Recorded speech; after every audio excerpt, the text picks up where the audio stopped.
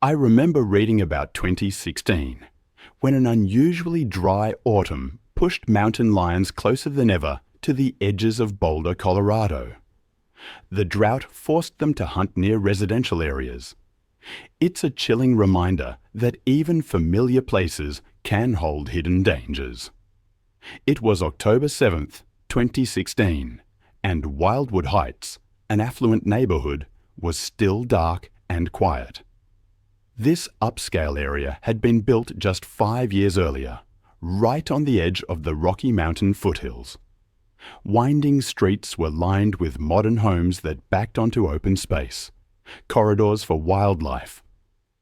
Lisa Hartwell, a 33-year-old marketing coordinator, started her daily 5 a.m. jog. She'd moved to Wildwood Heights for its blend of mountain living and city conveniences. A dedicated fitness enthusiast, she kept a strict schedule, often running 5 miles before work. Her morning routine was sacred, a peaceful time to clear her head and enjoy the crisp air and views. The autumn had been unusually dry, and local wildlife officials had warned about increased animal activity. Deer, elk, and their predators were venturing closer to human settlements in search of water. Several residents had reported mountain lion sightings. Lisa had heard these warnings but dismissed them, confident that her neighborhood streets were safe. Mountain lions, also known as cougars or pumas, are North America's second largest wild cat species. Adult males can weigh between 115 and 220 pounds.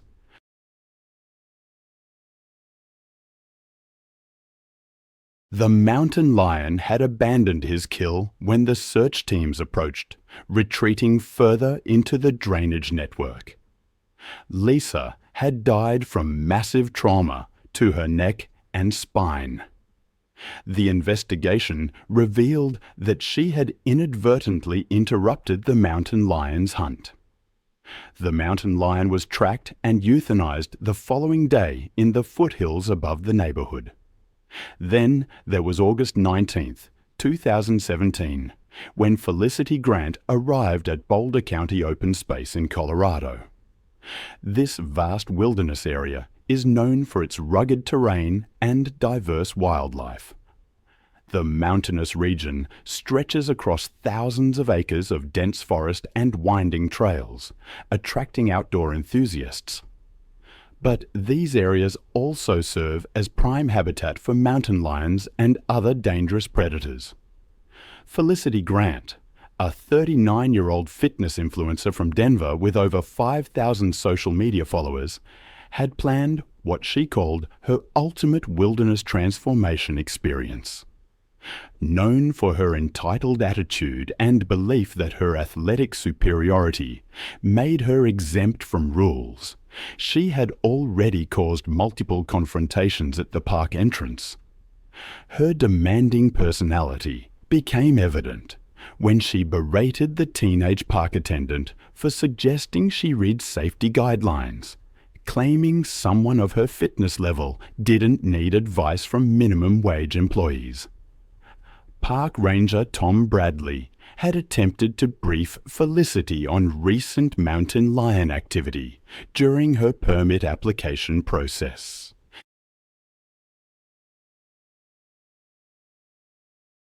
The area had experienced multiple cougar sightings over the previous month, including aggressive encounters that resulted in temporary trail close. Felicity became increasingly hostile, interrupting Tom repeatedly. I have often reflected on the idea of apex predators, those creatures perfectly sculpted by evolution to dominate their environments. Mountain lions, for instance. Adult males can reach over 8 feet in length and weigh up to 180 pounds. Their hind legs are powerful enough to propel them 40 feet in a single leap, and their retractable claws, nearly 4 inches long, are designed to grip prey with deadly precision. Their 4-inch canine teeth, perfectly positioned to sever the spinal cord with a fatal bite. I've studied the case of Felicity, a woman who encountered the raw power of nature in a way she clearly never anticipated. She'd been warned, of course. A fellow hiker tried to caution her about solo hikes at dawn, but Felicity dismissed her concerns with a cruel arrogance. Felicity chose the Rabbit Ears Pass Trail, ignoring close signs she felt didn't apply to elite athletes like herself. She even tore down warning notices, claiming taxpayers like her had a right to use public trails. She began her run at 5:30 a.m., deliberately choosing the pre-dawn hours to avoid other hikers. Noise-cancelling headphones blared electronic music, and she carried a backpack filled with raw steaks for a post-workout meal.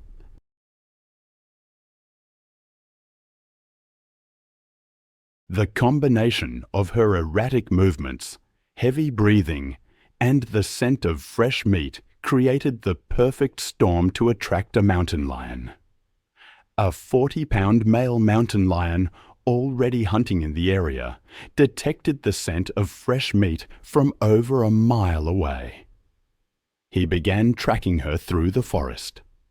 The cougar stalked Felicity along the ridge above the trail, using rocks and trees to remain hidden. As she rounded a sharp bend, the mountain lion positioned itself on a large boulder about 15 feet above the path. When Felicity passed below, completely unaware due to her music and her arrogant belief in her invulnerability, the mountain lion launched its attack. The predator struck from behind with tremendous force. His hind claws raked down her back, while his front paws wrapped around her shoulders and neck. The mountain lion's canine teeth found their mark, clamping down on the back of Felicity's neck with surgical precision. The attack severed the connection between her brain and body instantly. The bite penetrated deep into the neck muscles and fractured the vertebrae, causing immediate paralysis. The cougar maintained his grip, his claws digging deeper. Within 2 minutes, Felicity was gone. The cause a combination of spinal cord severance, massive blood loss, and suffocation. The mountain lion then dragged her body off the trail to a secluded area to feed. Felicity's body was discovered 3 days later by a search and rescue team.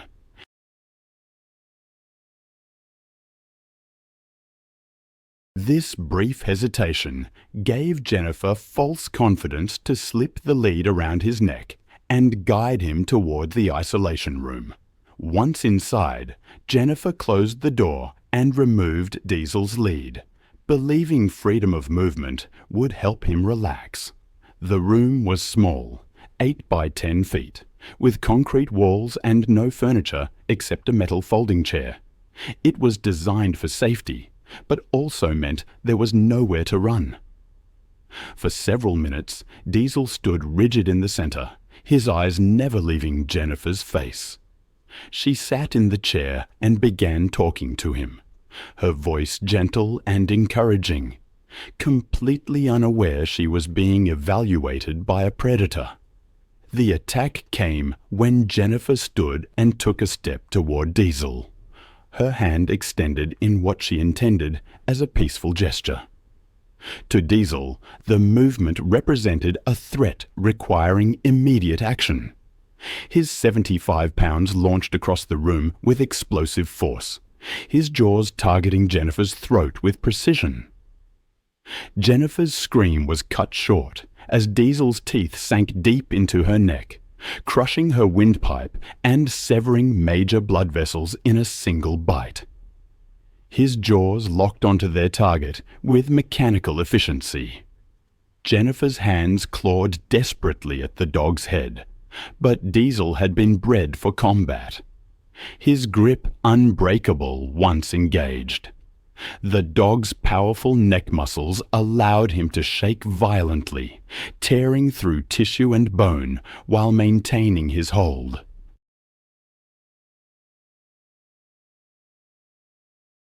Blood sprayed across the concrete walls as Jennifer's struggles grew weaker, her body going into shock from the massive trauma. The attack was swift, brutal, and utterly without mercy.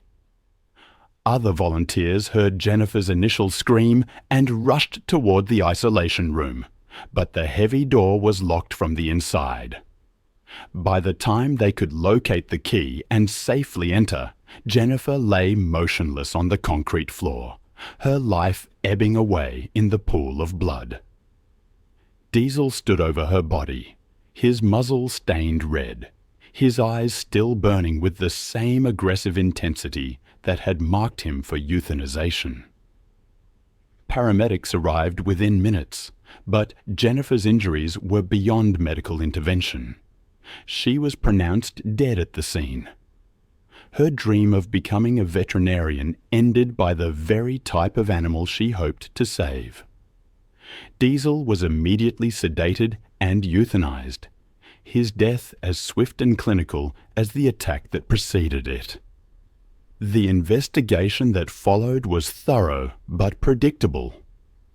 Jennifer had violated multiple safety protocols, ignored clear warning signs, and placed herself in a situation that experienced professionals would have avoided.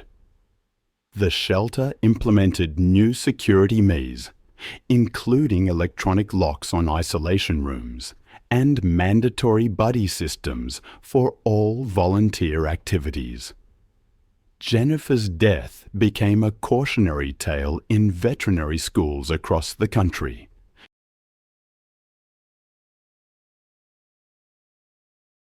Her family established a scholarship in her name, but requested that it go to students studying wildlife conservation rather than domestic animal care. A final acknowledgement that some animals, no matter how much love they're shown, remain fundamentally dangerous. It was April 17th, 2018, and the humid Florida air hung heavy over the grounds of Sunshine Primate Sanctuary, a controversial facility that claims to rescue primates while actually exploiting them for tourist photographs. The 20-acre property housed over 30 primates in substandard conditions, generating revenue through photo sessions that legitimate sanctuaries would never permit. The afternoon sun beat down on concrete enclosures where gorillas, chimpanzees, and other primates paced restlessly behind inadequate barriers. Jessica Rodriguez, a 31-year-old veterinary technician from Tampa, had visited the facility with her husband, Carlos, as part of what she believed was a legitimate conservation effort. Jessica had always been passionate about animal welfare, taking photos of animals throughout her career to document their care and recovery. Her genuine love for animals had driven her to pursue veterinary technology training while working nights to support herself through school. Jessica had dedicated her career to animal welfare, earning her veterinary technology degree through years of hard work and sacrifice.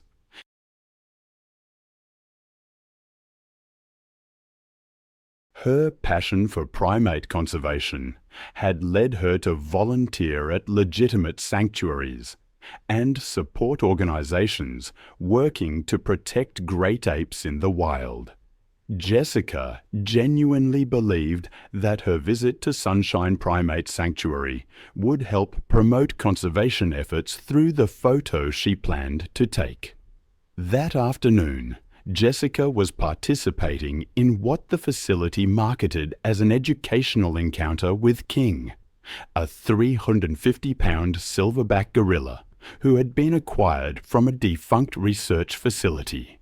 The sanctuary's minimal safety measures consisted of a chain-link barrier that separated visitors from the gorillas enclosure with no additional protection or supervision from qualified staff.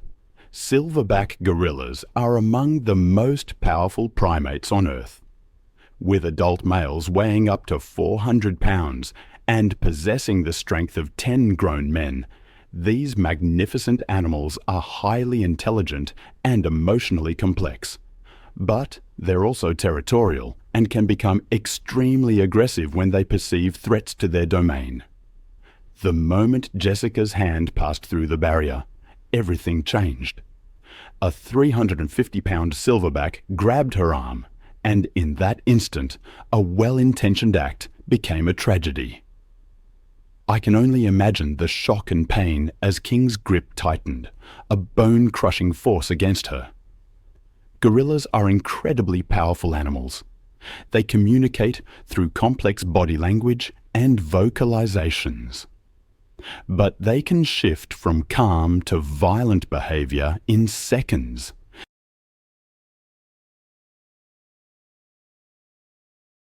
Her movements grew weaker as blood loss and crushing injuries overwhelmed her body. King's grip never loosened as he continued to pull her against the barrier, his fury focused on eliminating what he perceived as an intrusion. Within minutes, Jessica's struggle ceased. The massive gorilla maintained his grip on her lifeless form, displaying threatening behavior toward anyone who approached the enclosure. Emergency responders arrived with tranquilizer equipment, but it was too late. The investigation revealed that Sunshine Primate Sanctuary had been operating as an illegal roadside zoo, exploiting both animals and visitors for profit, while providing inadequate safety measures and animal care. The facility was immediately shut down, and all primates were relocated to legitimate sanctuaries. King was transferred to an accredited facility with proper containment and enrichment programs. Jessica's death prompted enhanced regulations for facilities claiming to operate as animal sanctuaries and stricter enforcement of existing wildlife protection laws. Her family established a foundation supporting legitimate primate conservation efforts, ensuring that her genuine passion for animal welfare would continue through organizations that truly protected great apes.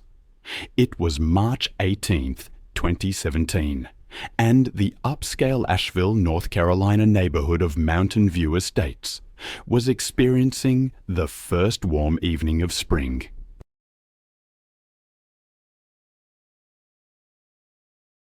The residential development, built on the slopes of the Blue Ridge Mountains, featured large lots with mature trees and natural landscaping that blended seamlessly with the surrounding forest. Maria Santos, a 41-year-old single mother and part-time dog walker, was making her evening rounds through the neighborhood's winding streets, caring for the pets of wealthy residents. Maria had been working as a professional dog walker for 3 years, building a loyal clientele among Mountain View Estates' affluent homeowners who appreciated her reliability and genuine love of animals. She often walked multiple dogs simultaneously, managing up to 6 animals at once while maintaining perfect control and ensuring each pet received individual attention. Maria's income from dog walking helped supplement her day job at a local veterinary clinic, allowing her to support her teenage daughter as a single parent. The Mountain View Estates development had been carved out of pristine mountain forest, with builders required to preserve mature trees and maintain natural wildlife corridors throughout the community. Recent construction of additional homes had disrupted established animal movement patterns, forcing bears, deer, and other wildlife to seek new routes through residential areas. The North Carolina Wildlife Resources Commission had issued warnings about increased bear activity in mountain communities, particularly as animals emerged from winter hibernation.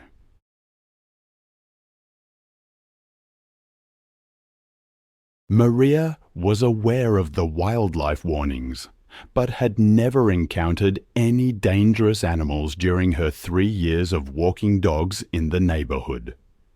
She carried pepper spray as a precaution and had received training on wildlife encounters from the local animal control office. On this particular evening, she was walking 3 large dogs, 2 German shepherds, and a golden retriever along the community's main street, when she noticed unusual activity near a row of garbage cans. Black bears are North America's most common bear species, with adult females typically weighing between 200 and 400 pounds. Mother bears with cubs are extremely protective and will attack any perceived threat to their offspring. I've seen what bears can do when they're surprised or cornered. They can run up to 35 miles per hour, break down doors, and even overturn cars. And their claws and teeth? Devastating. I remember reading about Maria, who discovered a 300-pound black bear with 2 cubs near some garbage cans. The mother bear was feeding on discarded food while her cubs played nearby. Maria, recognizing the danger, began backing away slowly. But then, the dogs she was walking started barking aggressively at the bears, triggering the mother bear's protective instincts. She rose to her full height, making aggressive vocalizations, positioning herself between the dogs and her offspring. Maria tried to retreat, but the dogs kept barking and lunging, escalating the situation.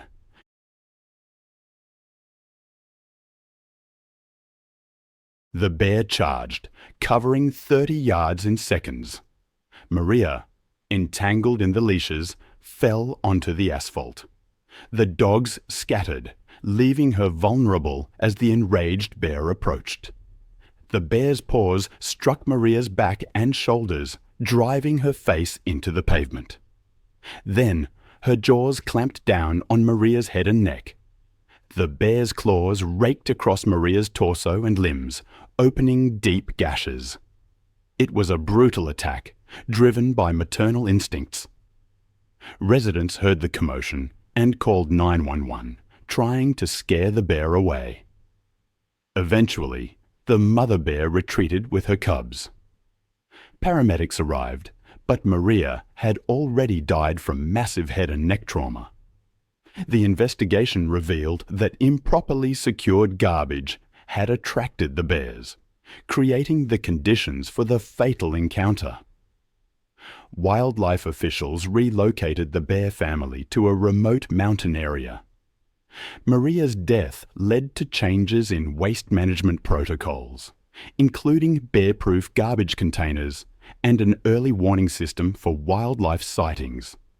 Then there's the story of Rebecca Martinez. It was October 15th, 2016, and the Georgia sun was setting over her 10-acre property. The constant barking of 40 rescue dogs echoed across the land. It had become the soundtrack of her life. Rebecca had spent 8 years building her sanctuary, taking in dogs that other shelters wouldn't touch. The aggressive ones. The biters. The ones marked for euthanization.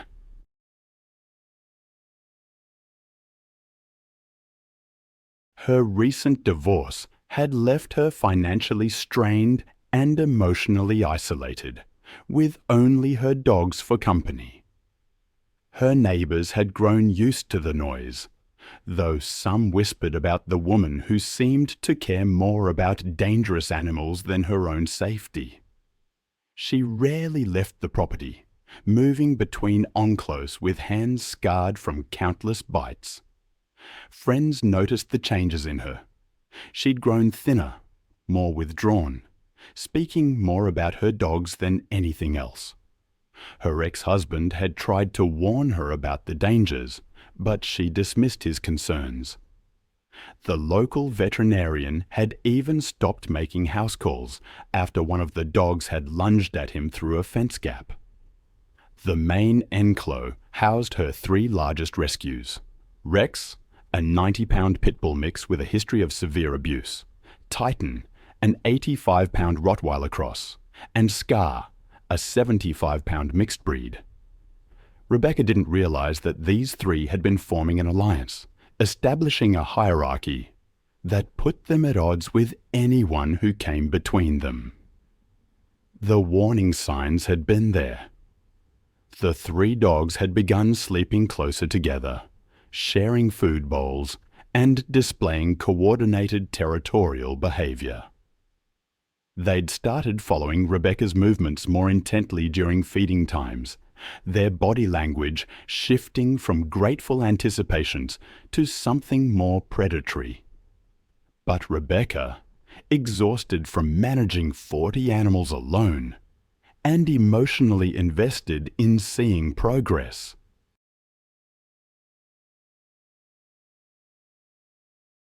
I've spent years now studying how easily things can go wrong, how quickly the expected can turn into the unthinkable. And the story of Rebecca, out in the American Midwest, is one that still haunts me. She'd dedicated her life to rescuing dogs, dogs that others had given up on. But one evening, that dedication turned into a nightmare. Rebecca had a daily feeding routine, and as she went about it that evening, something felt off. The air, she said later, felt heavy. As she unlatched the gate to the main enclos, her boots slipped on the muddy ground. She stumbled, the buckets of kibble crashing to the earth. Rex, a 90-pound dog, was the first to react. But instead of going for the food, his eyes locked on Rebecca. In that moment, she wasn't his savior. She was competition. The attack was sudden and brutal. Rex slammed into her chest, knocking her down. His jaws clamped onto her shoulder. Titan and Scar joined in, their pack instincts taking over. Rebecca fought desperately, but it was no use. The feeding frenzy lasted nearly 10 minutes before the dogs finally backed away. Rebecca lay motionless, her body broken and torn. Her body wasn't discovered for 3 days. Animal control found the dogs still in the enclos, seemingly calm.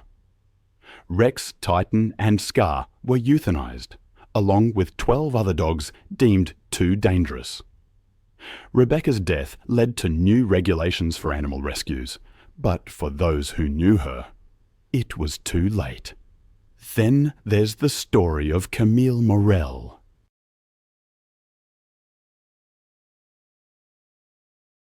It was April 3rd, 2017, at the Thor Zoo Safari Park in France. The wolf sector, usually still and quiet, held a hidden danger.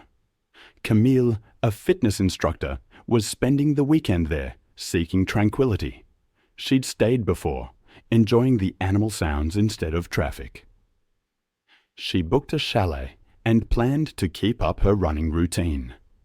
The park's trails were well marked and considered safe. Camille had read the safety pamphlet and felt confident. Her chalet overlooked the wolf sector, separated by natural barriers and double fences. She trusted the system.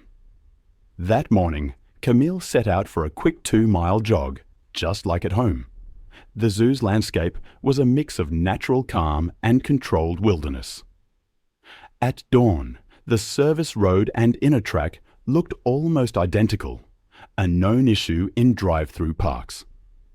The wolves' territory covered nearly 20 acres. A scheduled maintenance check had delayed some of the park's early operations. Workers had opened a service gate near the chalet, but overnight frost had iced the latch. One of the workers, distracted by a mechanical issue, left without confirming the gate was secure. The interlock, meant to re-engage, failed. Around 7 a.m., Camille stepped outside and jogged down the gravel path, seeing no posted warnings. I find myself often reflecting on how easily the line between safety and tragedy can blur, especially when dealing with the raw power of nature.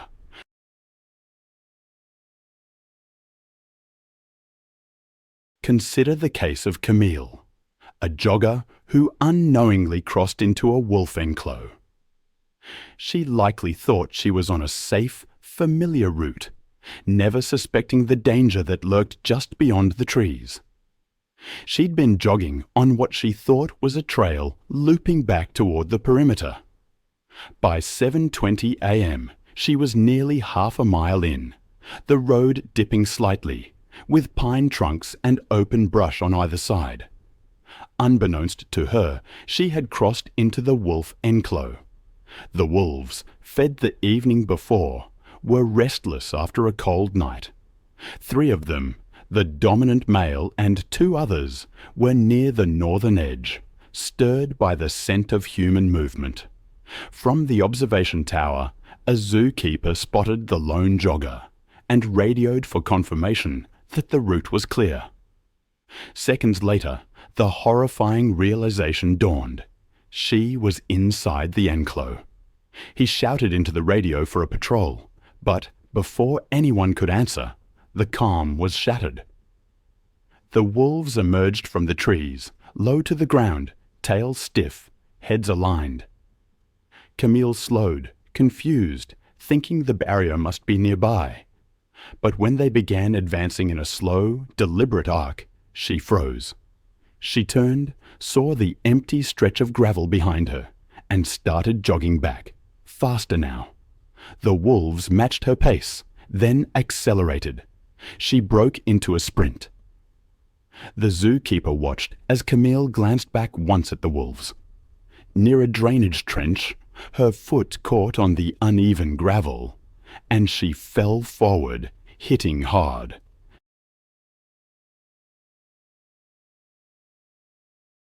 Before she could get up, the lead wolf clamped down on her right thigh, pulling backward with a violent jerk.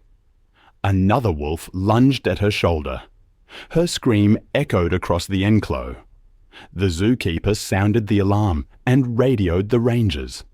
The response vehicle was rerouted, delaying arrival to just under 10 minutes. Within what would normally be considered a reasonable response time, 2 more wolves joined, surrounding her as she tried to crawl toward the ditch.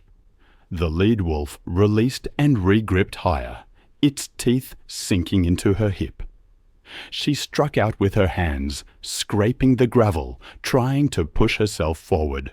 But one of the animals bit into her arm, shaking until it tore free. Within moments, she was on her back, thrashing as the pack pulled from opposite sides. She kicked weakly once more, then went still. The rangers arrived within 10 minutes, finding the wolves clustered over Camille's body. Warning shots sent the pack scattering into the trees. 2 rangers approached as another called for a tranquilizer team. Camille lay on her side, clothing torn, deep bites from shoulder to thigh.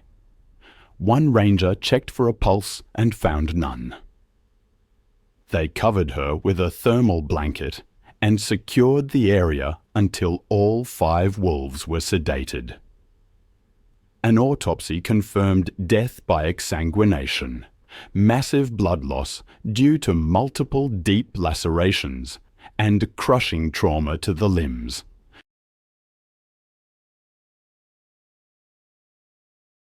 Camille's family filed a civil lawsuit against the Thorizu safari, alleging gross negligence and breach of safety protocol. After a year of investigation and hearings, the court ruled in favor of the family, and the park quietly settled without appeal. Following the incident, a criminal negligence inquiry and an independent enclosure audit were conducted. Thorizu Safari implemented procedural retrofits, installing interlocks and alarms that trigger if any gate remains unlatched for more than 15 seconds. Then there was July 22, 2016.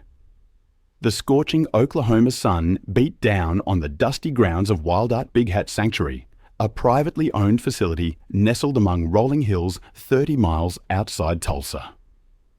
The 50-acre property housed over 20 rescued lions, tigers, and other exotic cats, in a collection of chain-link enclos that stretched across the rural landscape.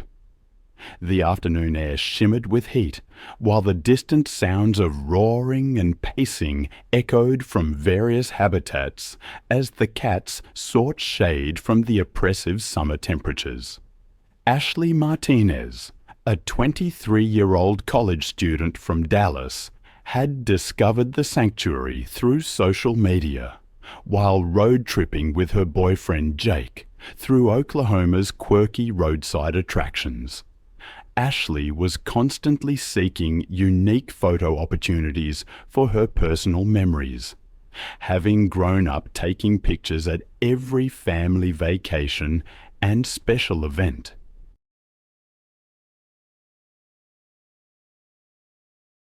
Her phone was filled with daredevil shots from cliff edges, abandoned buildings, and extreme sports activities that showcased her fearless personality to friends and family. Ashley had grown up in suburban Dallas as the youngest of 3 sisters, developing a competitive streak that drove her to constantly push boundaries and seek attention through increasingly dramatic stunts.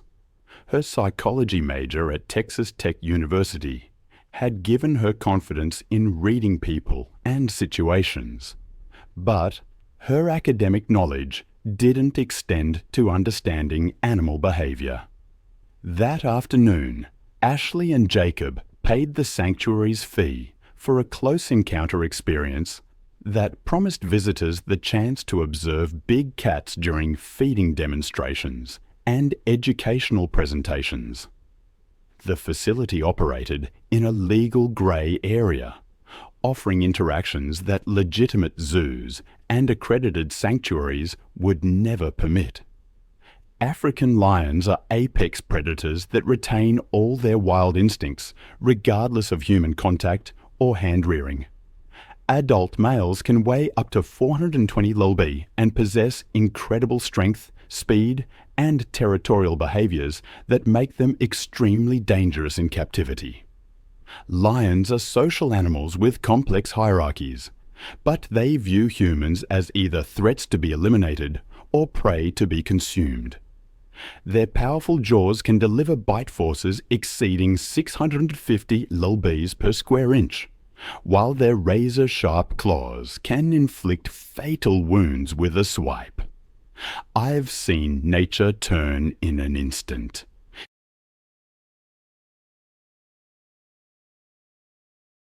I've read the reports, the after-action analyses, but nothing quite prepares you for the sheer speed of it. Millions of years of programming can activate in a heartbeat. Ashley, a young woman on a break from university, found herself at an exotic animal sanctuary. She was excited, captivated by the stories the owner spun about each rescued creature. Caesar, a 400-pound African lion, was the star, seemingly docile, having been hand-raised. As the tour ended, Ashley saw an opportunity. She wanted the ultimate photo, a selfie with Caesar. She convinced her friend Jake to distract the owner while she slipped over the enclosure barrier. I can almost see her there.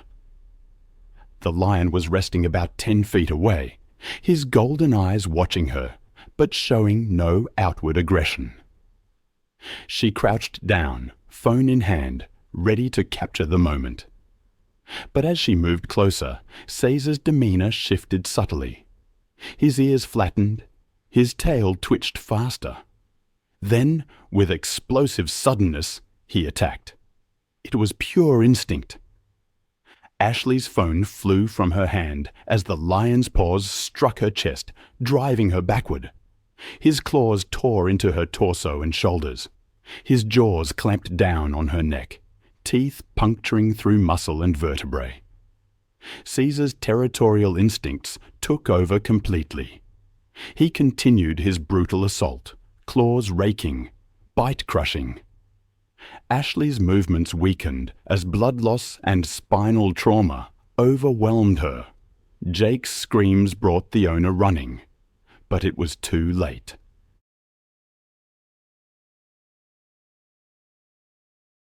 Caesar's aggressive posture over his kill made intervention too dangerous. Within minutes, Ashley was gone. The investigation revealed the facility lacked proper permits and insurance. Caesar was relocated. Ashley's death prompted her university to enhance safety education for travelling students and led to stricter regulations for exotic animal facilities. Then there was Giovanni Russo, 38, in Grand Paradiso National Park, northern Italy, on May 21, 2018. He'd worked those slopes for over a decade. A certified alpine guide, he and his wife, Ellaner, led trekking tours. Giovanni was considered practical and even-keeled, a man who knew when to turn back. He saw himself as part of the balance between humans and wildlife. He often told clients that predators avoided people. That weekend, he led a routine trek with a couple from Milan. One of them left a pack of trail mix open near the fire pit, and scraps from dinner were tossed nearby. Wolves had returned to the region after decades of absence. Usually nocturnal, they hunted red deer and chamois. But recently, rangers had observed younger wolves venturing closer to human camps, especially when food waste was accessible. Just before dawn, around 4 a.m., Ellaner woke to soft rustling, then a faint, uncertain growl. She saw silhouettes clustered around the fire pit, where the unsealed food bag now lay torn open.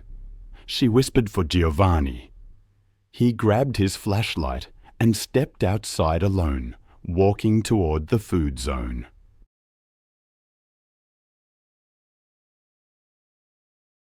The beam caught 3 wolves standing over scattered wrappers and crumbs.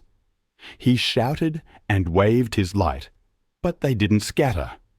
One stepped forward, hackles raised, paws firm on the ground. He shouted again, clapping his hands as he closed the distance. The older female lunged, nipping at his forearm. Giovanni jerked back, but a younger wolf followed through, clamping down near his elbow. The bite struck deep, severing tissue. He fell backward, blood pulsing from his injuries. The wolves held their ground, circling the dropped food bag. Ellaner tore from the tent with a burning stick from the fire pit.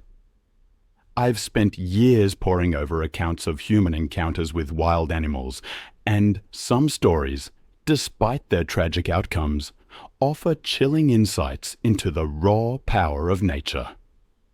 Take the case of Genevieve Lawson in the Sundarbans National Park.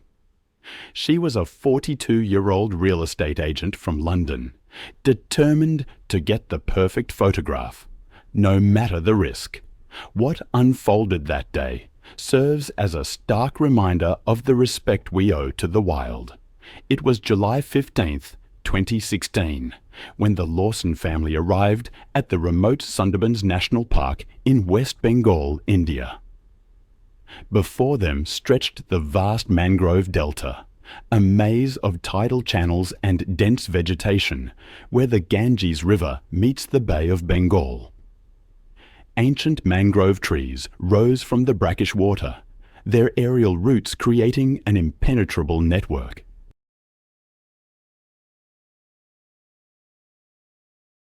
This UNESCO World Heritage Site harboured one of the world's most dangerous ecosystems, where saltwater crocodiles lurked beneath the surface and venomous snakes coiled in the canopy above.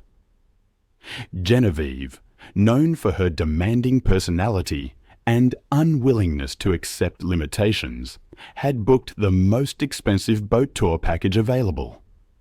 She'd already berated their local guide, Ravi, multiple times during the morning briefing. Her husband, David, a 45-year-old investment banker, tried unsuccessfully to moderate her increasingly aggressive behavior. Their teenage children, Emma and Jake, watched uncomfortably as their mother dismissed every safety warning as unnecessary fear-mongering designed to limit their premium experience.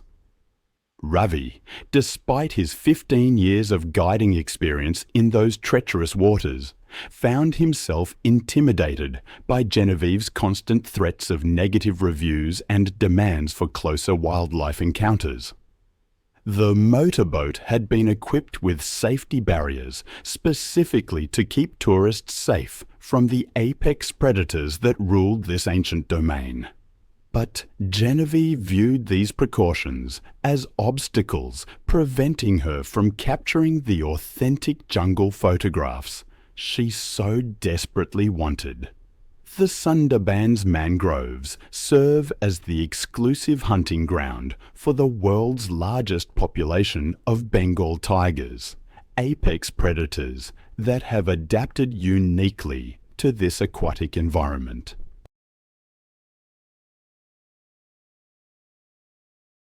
Wolves here could travel up to 20 meters in a single night, driven by hunger across frozen ground and sparse woodland. Their diets shifted with the season: deer in autumn, carrion, or smaller mammals.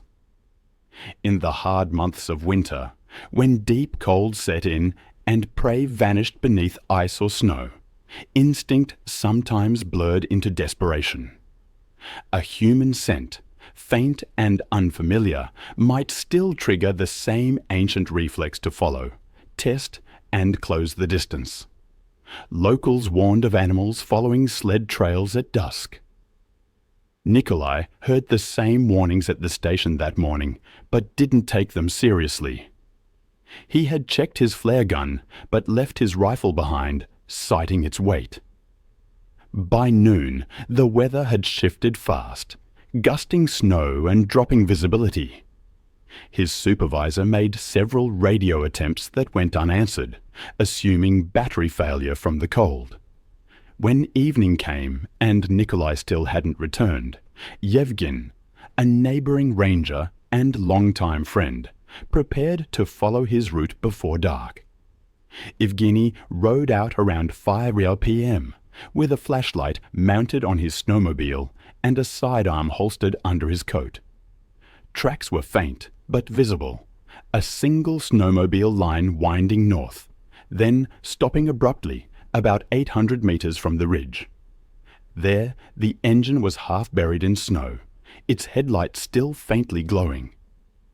Prints showed that Nikolai had dismounted, perhaps to clear ice from the track. Around the site, another pattern emerged. Paw marks deep and overlapping, circling.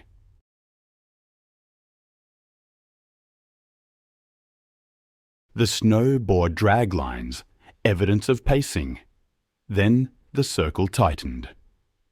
From that point, the scene unfolded through what Yevgeny later described as a sequence of struggle. Human footprints turned erratic, moving backward. Closer inspection revealed a snapped branch at chest height and a torn glove 10 feet away. A smear of blood marked the snowmobile's side panel.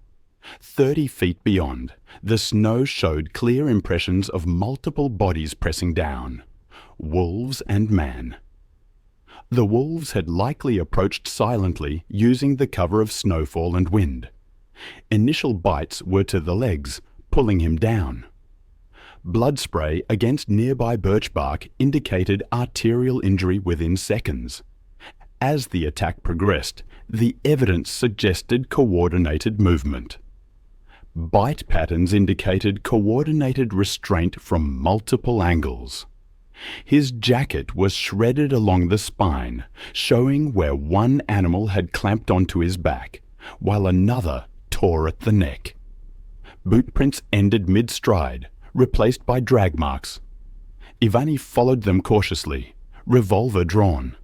The forest was unnervingly still. He found the body 30 meters downhill near a frozen stream.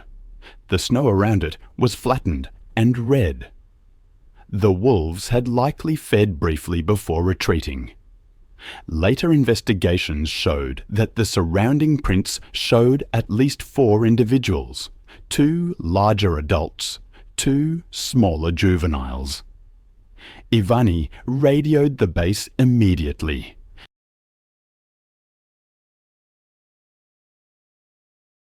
It took nearly an hour for a snow vehicle from the nearest post to arrive, by which time darkness had swallowed the clearing.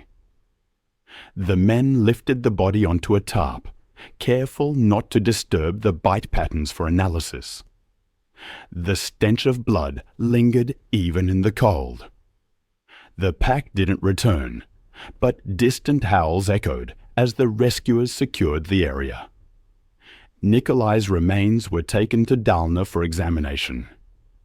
Autopsy confirmed catastrophic blood loss with multiple punctures to major vessels and crushing trauma to the neck vertebrae consistent with a fatal bite. Time of death was estimated shortly after the onset of the attack.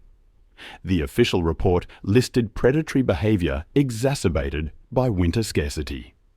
Specialists noted that 2016 saw an unusual decline in prey density across the region. The incident received a single mention on regional news, framed as a tragic encounter during severe weather. There was no footage, only photographs from the recovery team that were never released publicly. Then the scene shifts. It was June 14, 2015. And the Sunset Lake subdivision in suburban Tampa, Florida, was settling into another warm summer evening. The gated community, built around a series of interconnected retention ponds and decorative canals, had been marketed as a tropical paradise for retirees seeking the Florida lifestyle.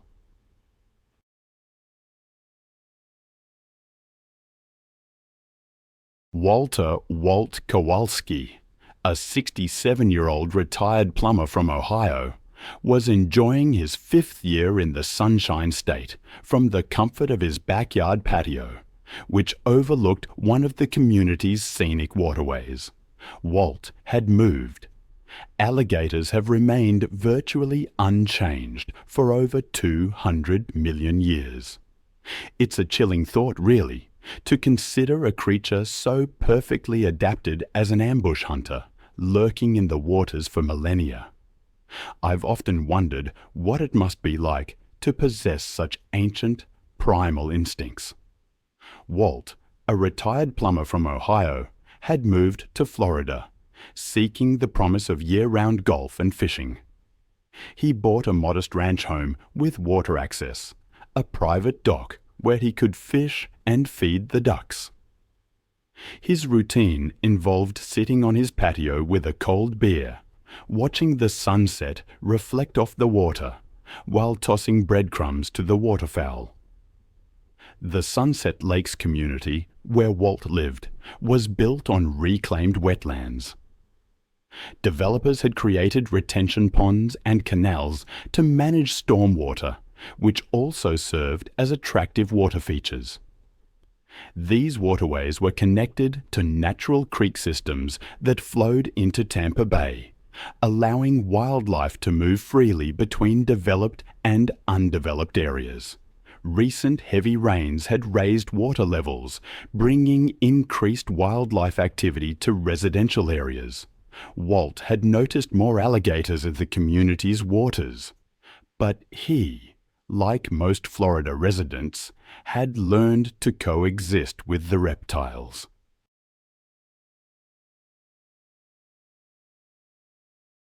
His regular duck feeding, however, had created a reliable food source, attracting waterfowl from throughout the area. American alligators, those apex predators, are perfectly adapted for their role as ambush hunters. Adult males can reach lengths of 14 feet and weights exceeding 1,000 lbs, with jaw muscles capable of exerting over 3,000 lbs of press per square inch. They're opportunistic feeders, consuming any animal they can overpower, including birds, fish, mammals, and, occasionally, humans who venture too close. One evening, Walt was relaxing on his patio when he noticed that his favorite fishing lure had become tangled in the vegetation near his dock. He waded into the knee-deep water, using a long-handled net to free the snagged lure. He had done this many times before without incident, confident that the shallow water near his property was safe. But the attack came from directly beneath Walt as he stood in the canal, focused on retrieving his lure. A 12-foot male alligator, submerged motionless near the dock for over an hour, exploded upward with devastating force. The reptile's jaws clamped down on Walt's right leg with bone-crushing power, instantly fracturing his femur and severing major arteries. The alligator initiated his signature death roll, spinning rapidly in the water while maintaining his grip. The violent rotations dislocated Walt's hip and pulled him fully into the canal, where the alligator's natural advantages became overwhelming.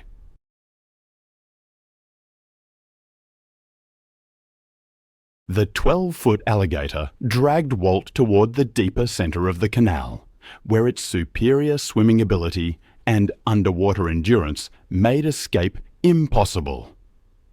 Within minutes, Walt's movements ceased as drowning and massive blood loss overwhelmed him.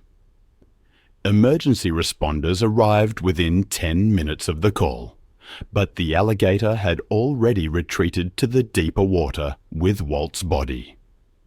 Police and wildlife officers worked through the night to locate and capture the reptile, using specialized equipment to safely extract both the alligator and Walt's remains from the canal. The investigation revealed that Walt's regular duck feeding had inadvertently attracted the large alligator to his property, creating a dangerous situation that culminated in the fatal attack. Walt's death prompted immediate changes to the Sunset Lakes community's water safety protocols, including the installation of warning signs around all retention ponds and canals. It was September 8, 2014. The vast wetlands of the Florida Everglades stretched endlessly under the afternoon sun, their sawgrass prairies and cypress swamps teeming with some of America's most dangerous wildlife. The remote waterways near Tamiami Trail buzzed with airboat tours carrying tourists deep into alligator territory, where massive reptiles basked on mudbanks and hunted in the dark water channels.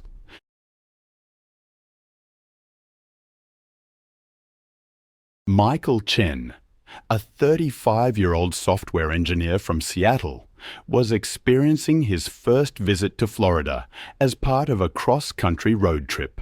Michael had always been fascinated by technology and outdoor adventure, spending his weekends hiking in the Pacific Northwest Mountains.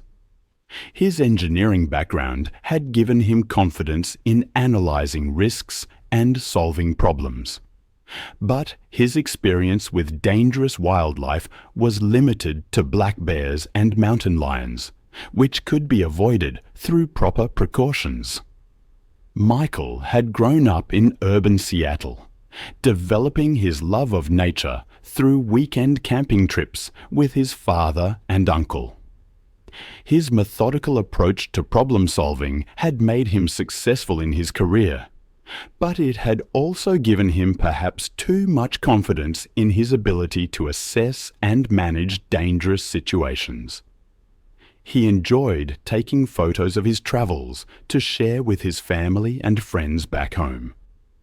That afternoon, Michael had joined a small group airboat tour that promised close encounters with alligators and other Everglades wildlife.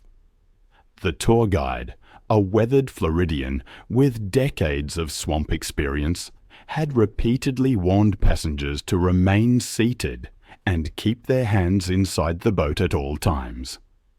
I'll never forget reading about the power of an alligator's bite. Over 3,000 pounds of pres per square inch. It's almost incomprehensible.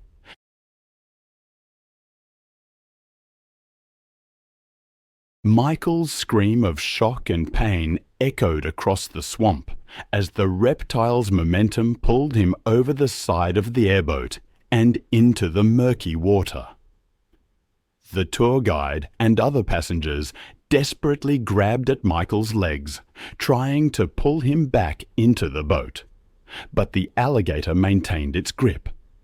It began its signature death roll, spinning rapidly in the water while holding on to Michael's arm. Michael's struggles grew weaker as blood loss, crushing injuries, and drowning overwhelmed him. The alligator never loosened its grip, continuing the death roll with mechanical precision, each rotation causing more trauma and ensuring its prey couldn't escape.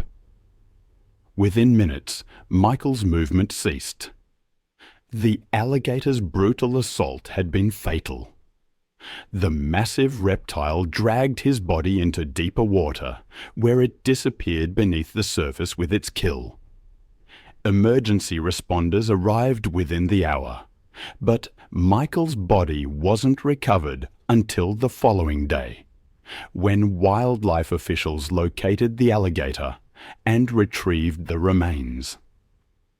The tour company immediately implemented physical barriers around all passenger seating areas and enhanced safety briefings for future tours.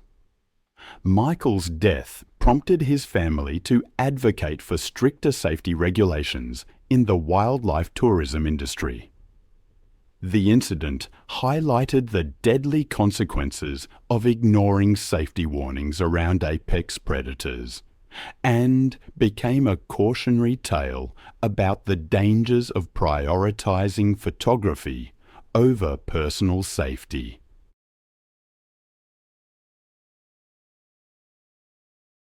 That same year, on July 8, 2017, in the sweltering Detroit summer, Maria Santos was loading her car with dog food and water. At 28, she'd spent 5 years walking dogs by day and feeding Detroit's feral dog population by night. Recently laid off, she was spending more time in dangerous neighborhoods, trying to help animals most people considered beyond saving. The economic collapse had hit Detroit hard, leaving entire neighborhoods abandoned and creating perfect breeding grounds for packs of wild dogs. These weren't lost pets. They were second and third generation feral animals that had never known human kindness, surviving by scavenging and defending territory with savage efficiency. Maria's regular route took her through 6 abandoned lots, each home to a different pack. She knew their hierarchies, feeding schedules, and individual personalities. But the newest group concerned her the most. 6 dogs led by a large German Shepherd mix she'd nicknamed Alpha, including several animals she didn't recognize. This pack was hungrier, more aggressive, and less predictable than the others. But Maria's compassion overruled her caution. These animals needed help, and she was the only one willing to provide it. As twilight settled over the abandoned neighborhood, Maria parked near the lot where Alpha's pack had made their home. The area was a wasteland of broken concrete and waist-high weeds, perfect cover for animals that had learned to hunt and hide.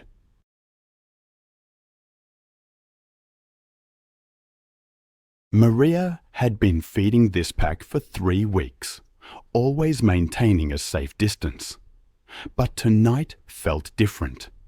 The dogs seemed more agitated, their movements more coordinated, their attentions more focused on her than the food. What she didn't realize was that pack dynamics had shifted with the addition of 3 new dogs, animals that saw humans not as providers, but as competitors. Alpha emerged from the shadows first, his 80-pound frame moving with predatory grace.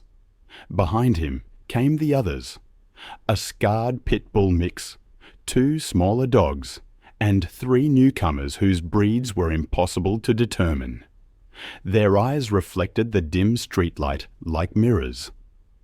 Maria began distributing food as always, tossing handfuls of kibble in different directions to prevent fighting. But tonight, the strategy backfired. Instead of dispersing to eat, the dogs began to. I've always been struck by the brutal efficiency of nature, especially when it turns against us. Sometimes our empathy blinds us to the inherent wildness that persists, even in creatures we think we understand. I've read accounts of animals turning on their caretakers, and they always leave me cold. There was the story of Maria, for example. She lived in an abandoned neighborhood, and out of kindness, she started feeding a pack of 6 stray dogs that roamed the area. They would circle her, their movements coordinated. But one day, when 2 of the smaller dogs began fighting over food, Maria stepped in to break it up.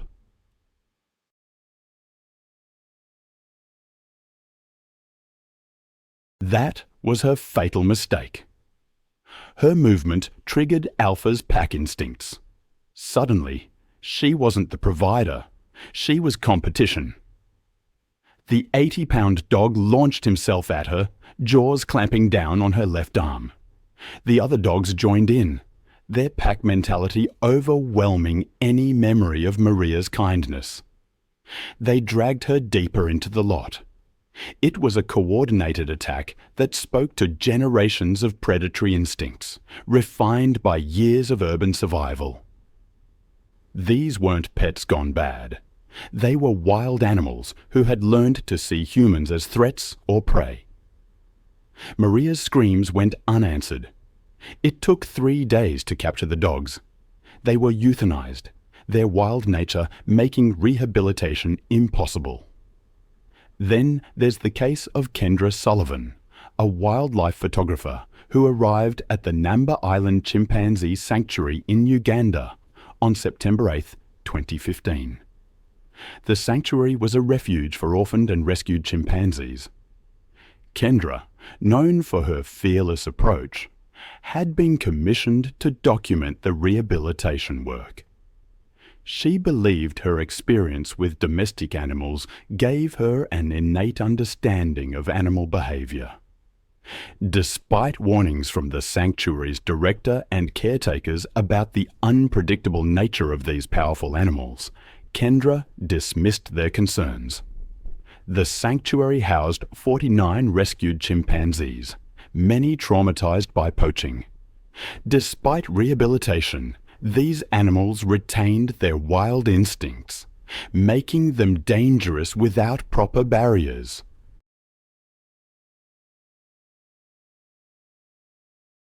Chimpanzees are incredibly powerful, with grip strength exceeding 1,300 pounds per square inch and canine teeth over 2 inches long. During a tour, Kendra grew frustrated with the viewing restrictions. She wanted access to maintenance areas, but Dr. Mukasa explained they were strictly off-limits. While the group was observing chimpanzees, Kendra noticed an unlocked gate leading to a maintenance corridor. Ignoring explicit warnings, she slipped away, believing her experience had prepared her for anything. The maintenance area brought Kendra within direct reach of Boso, the sanctuary's dominant male. Boso, who had shown aggressive tendencies toward unfamiliar humans, became agitated by Kendra's intrusion. When she raised her camera, Boso interpreted it as a challenge and grabbed Kendra's extended arm with crushing force. I have seen firsthand how chimpanzees instinctively target the most vulnerable areas during attacks: faces, hands, genitals. It's a brutal efficiency designed to inflict maximum damage. I remember reading about a specific incident. The details still haunt me. A woman named Kendra was attacked by a chimpanzee named Boso. The chimp, with canine teeth over 2 inches long and razor sharp, initially fractured her forearm with a force of 1,300 pounds per square inch. He pulled her against the barrier, and that's when the real horror began. Boso tore into Kendra's face and neck. His hands ripped at her clothing. His feet kicked at her torso.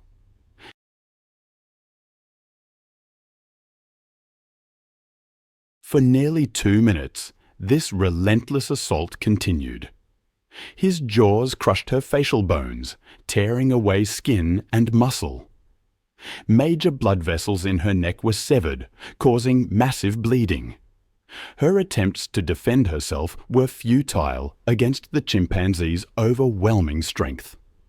Her free hand was severely mutilated, several fingers crushed by his powerful jaws. Another man, Peter, heard Kendra's screams and used high-press water hoses to drive Boso away, but it was too late. Kendra had suffered catastrophic injuries. She died from hypovolemic shock and facial trauma before emergency services could reach her. The investigation that followed focused on the security failures that allowed visitor access to restricted areas. Then there's the story of David Lasky and his cousin, Jeff.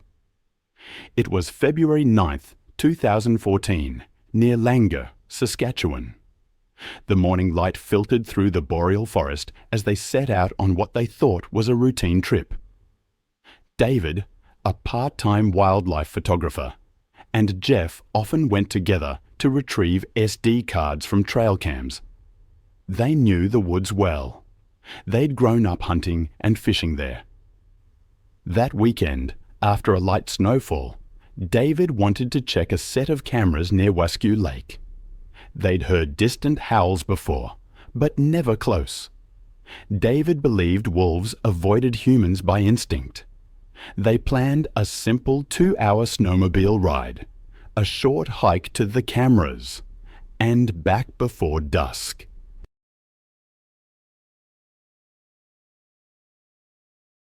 The wolves in that region were typically grey, thick-coated animals, averaging about 90 pounds, moving in family groups. They relied on coordination and patience rather than speed, and usually avoided people. The men dressed in insulated gear, carrying only a single red flare for safety. By 9:30 a.m., they parked their snowmobile and began walking the last half-mile through packed snow. At first, everything seemed normal. They reached the first camera, brushed off the lens, and swapped the SD card. Around 10:15, as they crossed a creek, Jeff slipped on a patch of ice. David crouched to help him, steadying his cousin by the arm. That's when they noticed movement among the trees. The animals stood still at first, only their eyes catching the light. Jeff straightened and waved his arms, shouting to scare them off, but the wolves didn't run. Unbeknownst to the men, a freshly killed deer lay half-buried in snow behind the tree line, a cached carcass the wolves had dragged there the night before.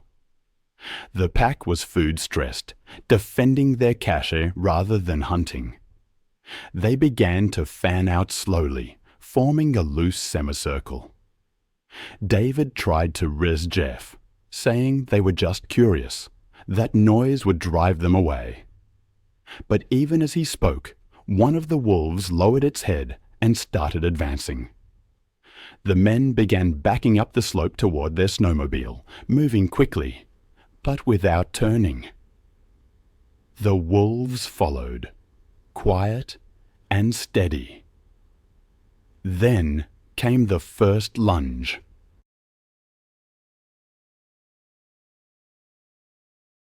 A grey blur across the ice, jaws clamping onto the back of David's leg. The impact drove him face first into the snow. Jeff spun and reached for the flare, but his gloves fumbled with the cap. Two more wolves broke from the trees, bounding fast, their paws sending up bursts of white powder. David tried to kick free, leaving streaks of blood against the snow. He managed to roll onto his back and swing an arm, hitting one wolf across the muzzle with his camera bag. But another struck from the side, teeth finding his shoulder. Jeff finally snapped the flare to life, the red flame hissing. He swung it toward the animals. One wolf snarled and darted back, fur singed along its flank, but the others held their ground. David was on his knees now, one hand pressed to his thigh, blood pumping dark and fast through his fingers. He tried to rise, but his leg gave out beneath him. Jeff charged forward with the flare, yelling, waving it more aggressively. The heat drove them back momentarily, circling just out of reach. David slumped sideways. I've always found it unsettling how quickly a wilderness encounter can turn tragic. A moment of awe can become a fight for survival in the blink of an eye. It's a stark reminder of the power and indifference of nature. Jeff swung the burning flare, its hiss cutting through the night, forcing the wolves back. They retreated into the trees, their low growls fading as they disappeared. He pressed on his cousin David's wound, but it was too deep.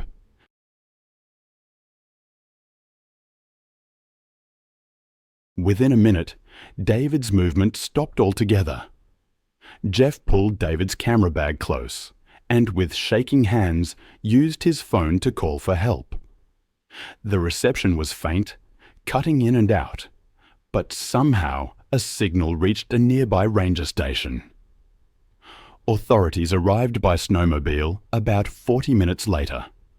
They found Jeff sitting beside the body, shaking uncontrollably. Wolf tracks surrounded the site in a broad ring, with drag marks leading back toward the tree line and the cached deer carcass. The official report listed the cause of death as exsanguination from femoral artery trauma, consistent with large animal bites. Provincial conservation officers, assisted by federal wildlife agents, closed the area within the hour. Samples were taken from the bite margins for DNA analysis, and the implicated pack was later trapped and relocated to a remote management zone north of Reindeer Lake. Wildlife biologists suggested the wolves had been defending a food cache, not actively hunting. But that distinction mattered little to those who saw the aftermath. Then, just a few years later, on December 9, 2018, the hillside community of Canyon Vista in suburban Los Angeles was experiencing an unusually warm winter evening. The residential development, built where urban sprawl met the wild chaparral of the Santa Monica Mountains, featured homes perched on steep slopes with spectacular views of the city below.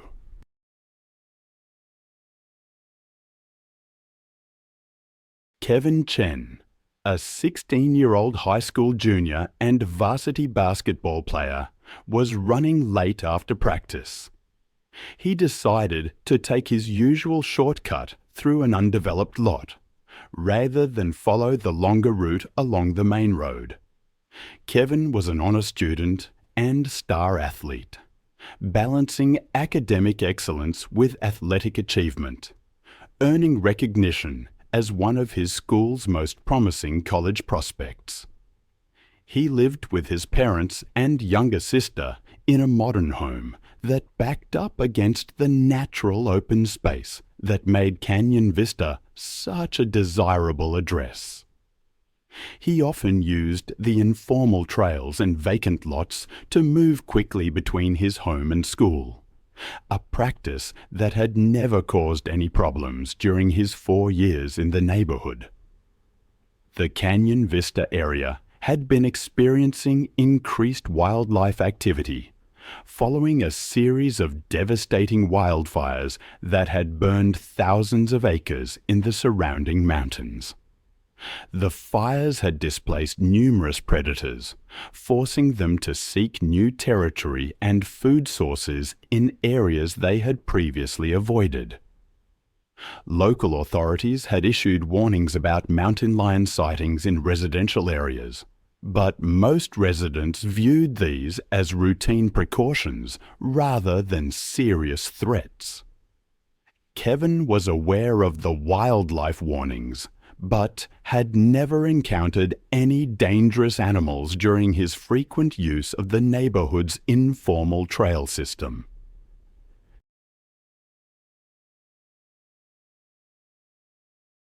He carried his basketball gear in a backpack and typically moved quickly through the undeveloped areas, confident that his familiarity with the terrain and his athletic ability would keep him safe from any potential threats.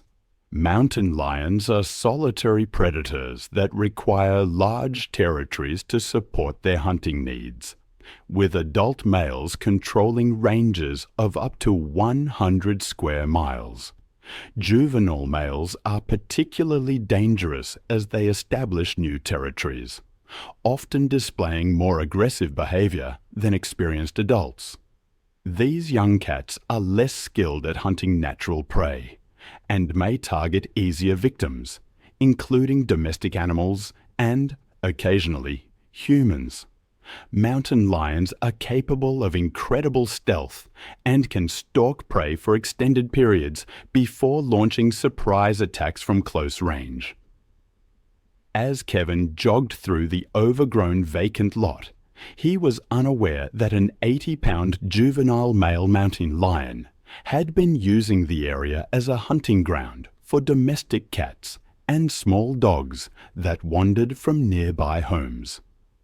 The young cat had been displaced from his natal territory by an older, more dominant male, and was desperately seeking to establish new hunting grounds that could support his survival.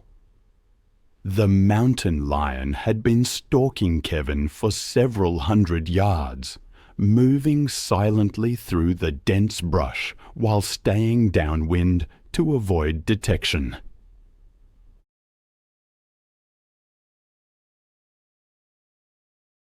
The cat's hunting instincts were triggered by Kevin's size, movement pattern, and the fact that he was alone and vulnerable in the predator's newly claimed territory.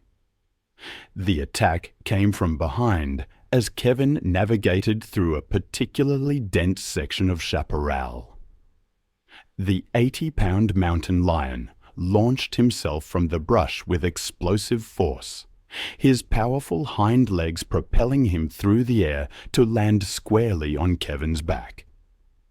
The impact drove Kevin face first into the rocky ground, while the cat's claws found purchase in his shoulders and back. The mountain lion's jaws clamped down on the back of Kevin's neck, his 4-inch canine teeth puncturing through muscle and vertebrae, his bite force targeting the spinal cord. Kevin's attempts to fight back with his backpack proved futile against the cat's superior strength and positioning. The mountain lion's razor-sharp claws raked across Kevin's shoulders and torso, each swipe opening deep gashes that caused massive blood loss. Kevin's screams for help echoed through the hillside community, alerting residents in nearby homes to the emergency unfolding in the vacant lot. Several homeowners called 911 while attempting to locate the source of the disturbance. But the dense vegetation made it difficult to pinpoint Kevin's exact location. The mountain lion continued his attack for several minutes, driven by predatory instincts and the stress of establishing new territory.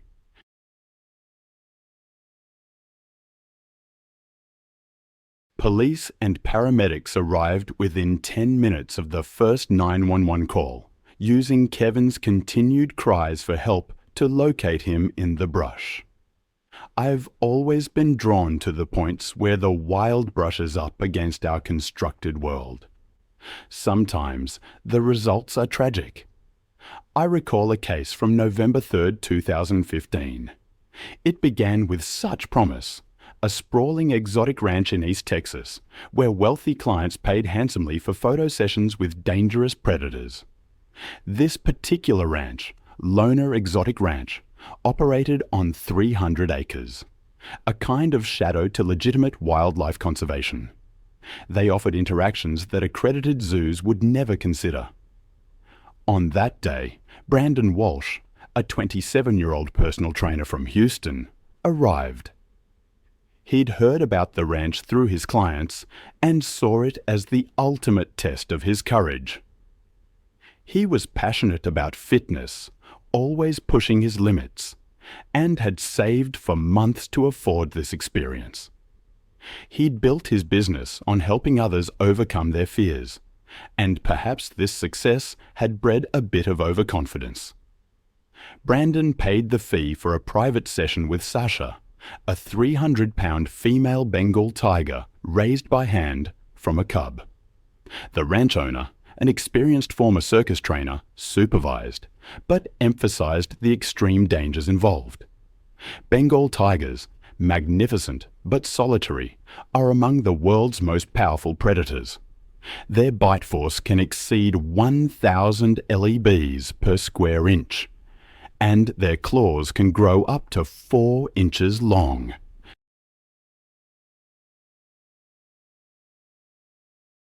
I've read accounts of the most loyal creatures becoming dangerous in the face of desperation, and it always leaves me with a chill. It makes you realize how thin the line between domesticity and survival can be. I recently came across a case that brought this home in a particularly gruesome way. It was the summer of 2013, and the Missouri heat was bearing down on Tommy Rodriguez's property. He ran an illegal puppy mill, and the stench of neglect hung heavy in the air. Tommy's operation was fueled by greed, but it was also his undoing.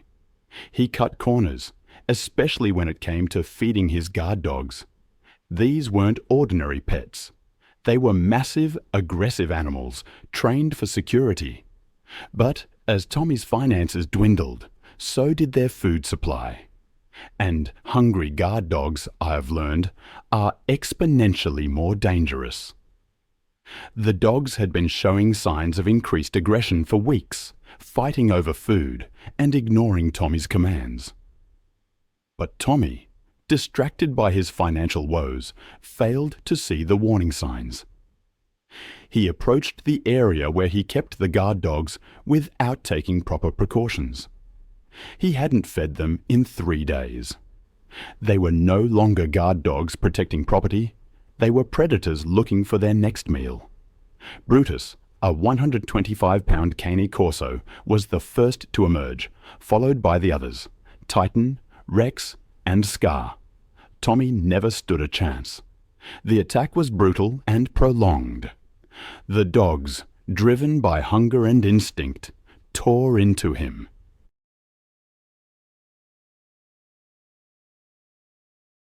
His screams echoed across the countryside, but no one was close enough to hear. The assault continued for nearly 20 minutes. By the time it was over, there was nothing left to save. There was another incident I recall, a horrifying reminder of the dangers of blurring the lines between wildlife and entertainment. A man named Brandon, a fitness enthusiast, wanted photos with a tiger named Sasha for social media. The ranch where Sasha lived was operating illegally, without proper permits or safety measures. During the photo shoot, Sasha attacked Brandon. He died from massive trauma and blood loss. The facility was shut down. It always strikes me how easily things can go wrong when dealing with powerful animals. There's a story that haunts me, one of the darkest I've encountered in my years of research. It's about a man named Tommy, who ran an illegal puppy mill. He thought he could control everything, even the hunger of the animals he exploited. But in the end, those very animals turned on him, their desperation becoming his downfall. Tommy's body wasn't discovered for 3 weeks. The guard dogs, initially meant to protect his operation, had consumed his remains. The other dogs, trapped and starving, died in their kennels. The stench of death eventually led authorities to a scene of unimaginable horror. The investigation revealed the full extent of Tommy's cruelty, with breeding females kept in terrible conditions and puppies dying from disease.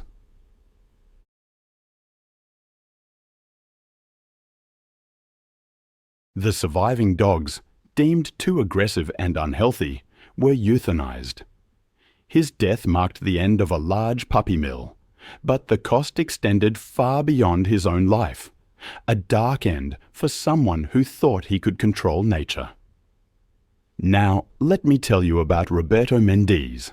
It was August 22nd, 2014, a sweltering summer afternoon in Cypress Point, Florida, a luxurious community built on reclaimed wetlands. Roberto, a 35-year-old landscaper, was meticulously maintaining the grounds that made Cypress Point so desirable. He'd built his company from the ground up and took immense pride in his work.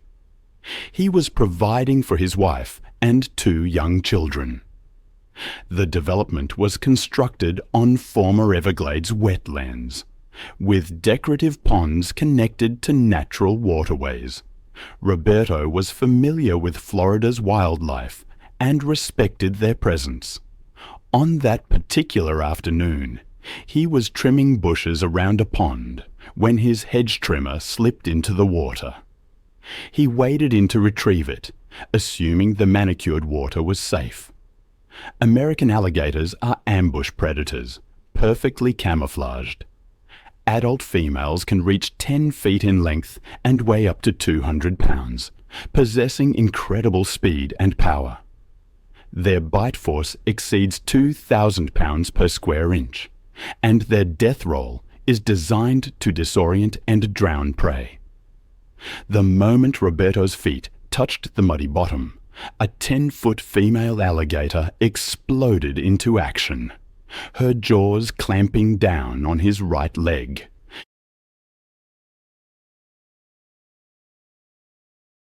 The bite fractured his tibia and fibula, severing arteries and muscle tissue.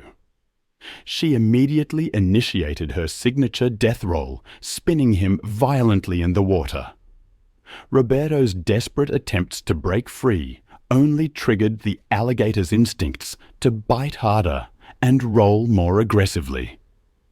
His screams echoed across the manicured lawns as the alligator continued her relentless death roll. The spinning dislocated his knee and hip, causing massive internal bleeding and tissue damage. The pond's clear water turned red as Roberto's struggles grew weaker. A homeowner heard his cries and rushed to investigate. I've spent years studying apex predators, but some stories still haunt me. The arrogance of humanity, its perceived dominance over nature, can sometimes lead to unspeakable tragedy. I'm thinking now about a woman named Tara Whitfield. She was a marine biology graduate student who, on March 22nd, 2017, arrived at the Neptune Islands off the coast of South Australia, one of the world's most famous great white shark diving destinations. She was about to learn a lesson in humility that would cost her everything. The Neptune Islands are remote, rocky outcrops jutting from the Southern Ocean, surrounded by crystal-clear waters that plunge to depths of over 200 feet. These waters are nutrient-rich, a natural highway for migrating great whites, drawing these massive predators to hunt the abundant seal colonies. Tara, who was 38, came from Los Angeles.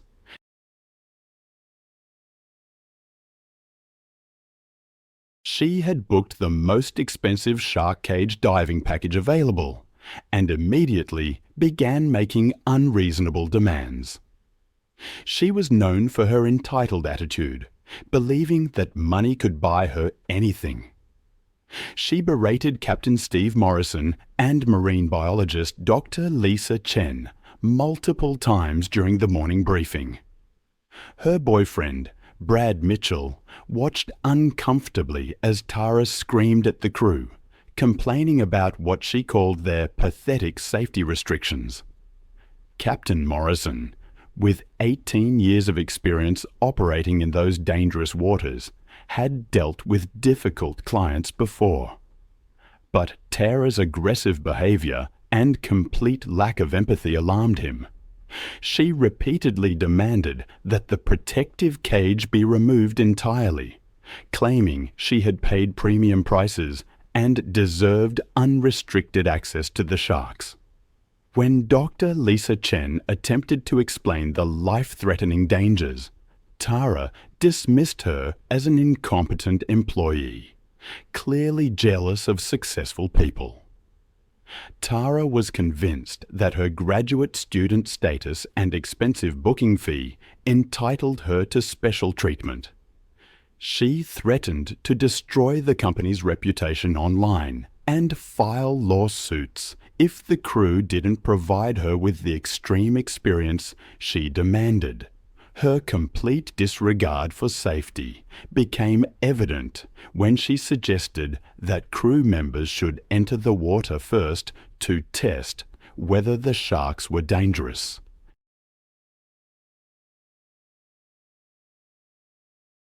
The waters around Neptune Islands hosted some of the largest great white sharks on Earth, apex predators that had ruled these seas for over 400 million years. These magnificent hunters can reach lengths of over 20 feet and weights exceeding 4,000 pounds, with massive triangular heads housing rows of razor-sharp, serrated teeth. Each tooth measures up to 3 inches in length, designed to slice through flesh and bone with devastating efficiency. Great whites possess the most powerful bite force of any living creature, capable of exerting over 4,000 pounds per square inch of crushing prise. The crew had successfully attracted multiple great white sharks, using a carefully prepared chum mixture. Among the responding predators was a massive 18-foot female, estimated to weigh over 4,000 pounds, who was feeding aggressively on the bait. This enormous shark displayed classic hunting behaviors, circling the boat with calculated precision while investigating the steel diving cage. Before entering the water, Tara secretly loosened the connections on her diving regulator, planning to create a fake equipment malfunction that would justify exiting the protective cage. She believed she was clever enough to manipulate the situation to get the unrestricted shark access she felt entitled to. Once submerged in the protective cage, Tara immediately began signaling fake distress to the surface crew, pointing frantically at her sabotaged regulator.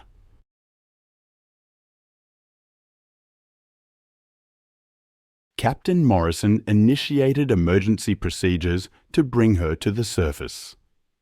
But instead of ascending, Tara swam away from the cage toward the feeding sharks, believing her superior intelligence made her invulnerable. Her erratic swimming movements created the exact type of distressed prey behavior that triggers great white hunting instincts. The massive female great white detected Tara's panicked swimming immediately and abandoned the chum bait to investigate this new, potential prey.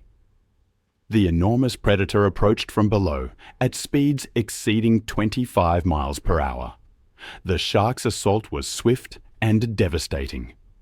Rising from the depths like a living torpedo, the great white struck Tara from below with tremendous force, its massive jaws opening to reveal rows of gleaming serrated teeth.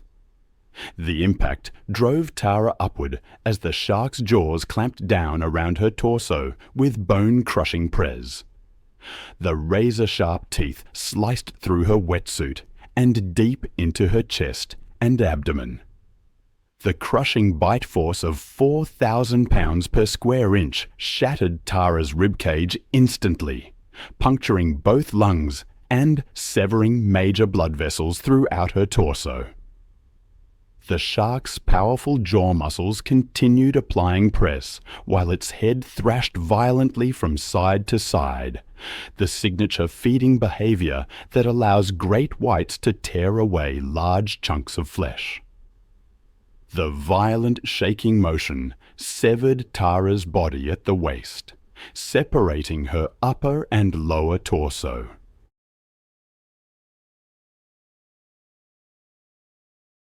I've often thought about the arrogance of believing we can control nature, especially when large predators are involved. There was a case, some years ago, of a woman who thought her money could override a shark's instincts. She ended up paying with her life. The investigation revealed that Tara, as she was named, had deliberately sabotaged equipment and violated safety protocols during a shark cage diving operation. She died within seconds from massive blood loss, traumatic shock, and the destruction of vital organs, as massive amounts of blood clouded the water. The feeding behavior continued for a few more seconds as the shark consumed portions of her body before disappearing into the depths. Maritime authorities implemented stricter regulations for shark cage diving operations. Tara's family, displaying that same sense of entitlement, even filed lawsuits against the tour company. Then there's the story of Harold Thompson. It was March 22nd, 2015, and the Alabama sun beat down on his property, where barking echoed from kennels scattered across 5 acres of red dirt. At 71, Hank, as he was known, moved slowly between the enclos, carrying water with the confidence that came from 20 years of dog breeding. He and his wife, Martha, had built their operation from nothing, specializing in Rottweilers and German Shepherds. What had started as a hobby had grown into a modest business, with 8 breeding females and 3 males producing litters they sold across the southeast.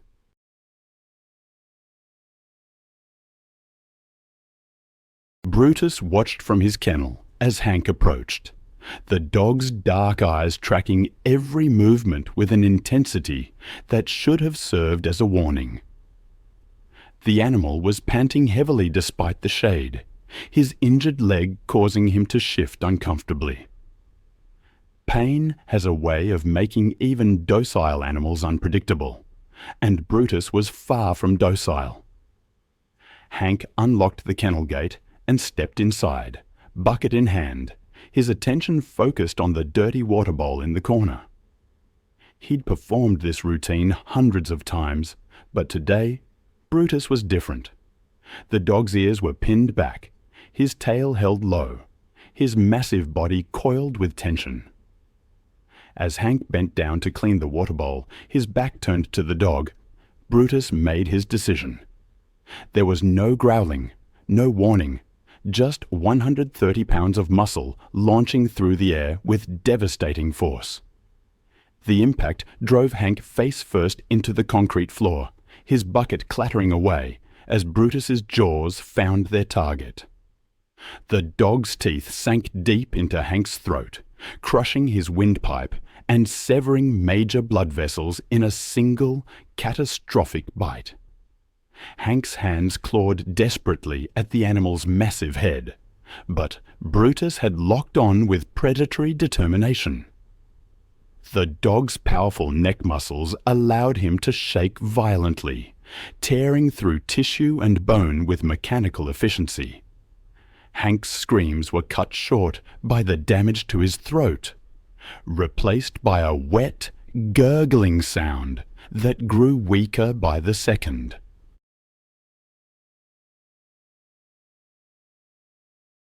By early afternoon, the wind had dropped, and the landscape stood still, open and silent.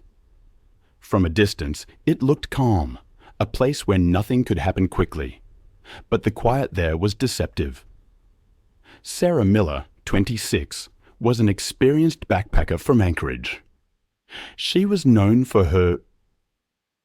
I've always been drawn to stories of survival, especially those that test the boundaries between respect for nature and the unpredictable power of the wild. The case of Sarah Frazee in Denali National Park is one that continues to haunt me. A seasoned hiker, she ventured into the Alaskan backcountry, her route timed to coincide with the caribou migration, a path where wolves were often seen trailing.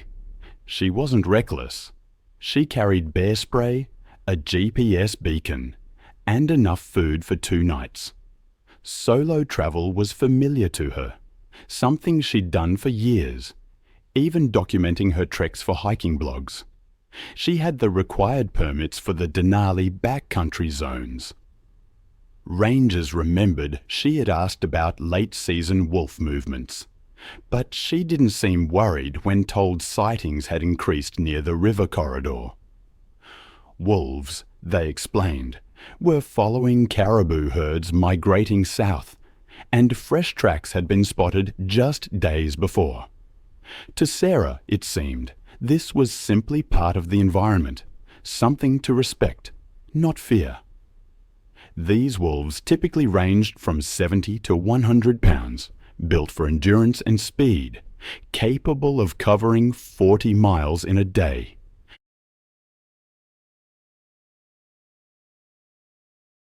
Their bite force was nearly 400 pounds per square inch, enough to crush bone. Normally, they rarely approached people, living primarily on caribou, hares, and ground squirrels. However, when prey became scarce, or human scent carried traces of food, curiosity could sometimes lead to danger. That week, rangers had posted advisories near trailheads, noting that several hikers had reported wolves trailing them at a distance. Sarah likely saw those postings when she signed out, though there was no indication she changed her route. Her confidence in her precautions was understandable. Statistically, Denali's wolves avoided confrontation. Around 4 p.m., a tourist group spotted a lone figure standing on a gravel bar below the ridge. The hiker waved, later confirmed to be Sarah, before continuing upstream toward her camp. She reached her final GPS coordinate sometime before 4:45 p.m. The last photos on her recovered camera showed wide shots of the river valley, and a small group of wolves following a caribou herd in the distance. Tracks found later suggested she moved off the main gravel bar toward higher ground, likely intending to cut inland. The first sign of a struggle began about half a mile from her tent. Her GPS unit recorded erratic movement, rapid looping, then a sudden stop. Investigators pieced together what happened next through physical evidence and predator behavior analysis. The wolves had diverted toward her position once the herd passed out of sight.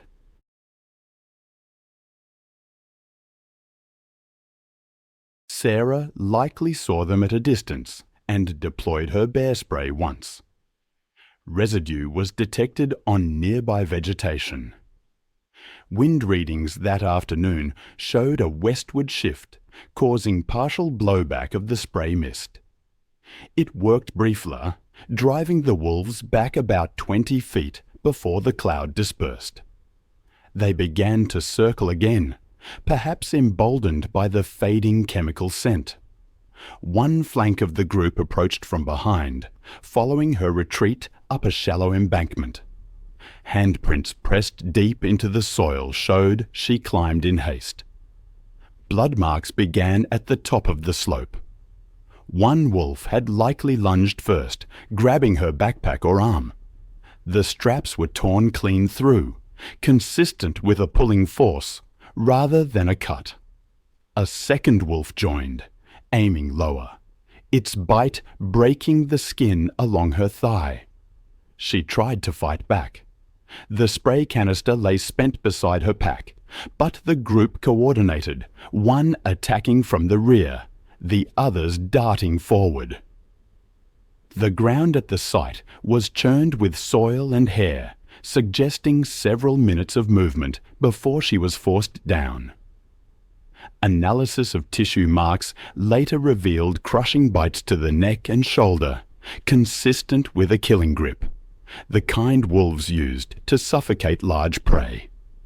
Her jacket was shredded, and the torn sleeve, recovered 20 feet away, still held fragments of skin and fabric.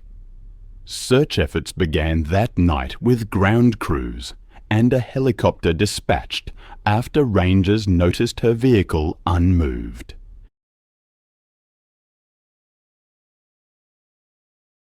The aircraft spotted a disturbed patch of gravel near the Tlat Channel the next morning.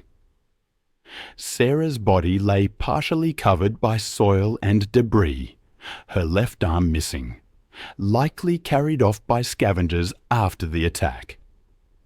They collected the camera and other items for analysis, and later confirmed through timestamps that her final photograph was taken just 6 minutes before the estimated time of death.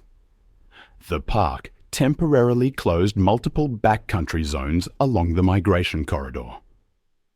Genetic sampling confirmed the wolves belonged to the Tolat pack. Investigators determined the attack began as a predatory test or prey proxy response that escalated fatally, but with no repeated approach or food-seeking behavior observed. No removals were ordered. At a private debrief, rangers explained the findings to Sarah's parents, who later issued a short statement urging that the park not punish what it protects. It was April 14th, 2018, when Monica Barrett arrived at Everglades National Park in Florida, one of the largest tropical wilderness areas in the United States.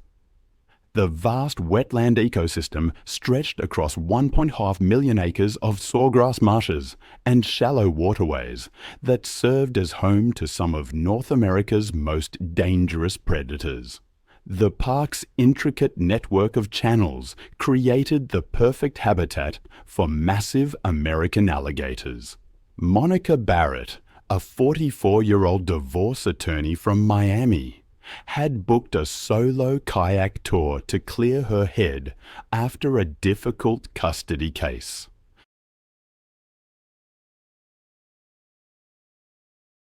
Known for her aggressive courtroom tactics and confrontational personality, she had built her legal career on intimidating opponents and refusing to back down from any challenge. Her reputation for getting her way through sheer force of will had created a dangerous sense of entitlement. Tommy Rodriguez, a 52-year-old tour guide with over 20 years of experience, immediately recognized Monica as a problematic client during the morning safety briefing. She had interrupted his presentation. The story of Monica still haunts me.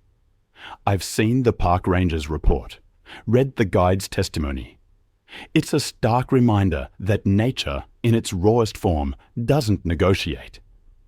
She reportedly dismissed safety protocols, believing her legal background somehow trumped the instincts of a seasoned swamp guide. She even brushed aside a park ranger's warnings about alligator nesting season, calling it government overreach. Her visit, tragically, coincided with the peak of alligator breeding season, a time when male alligators become fiercely territorial. Park officials routinely restrict access to waterways during this period, posting warning signs, but these precautions didn't deter Monica. American alligators are truly apex predators. Adult males can reach up to 14 feet in length and weigh over 1,000 pounds. Their bite force is one of the most powerful in the animal kingdom, exceeding 3,000 pounds per square inch.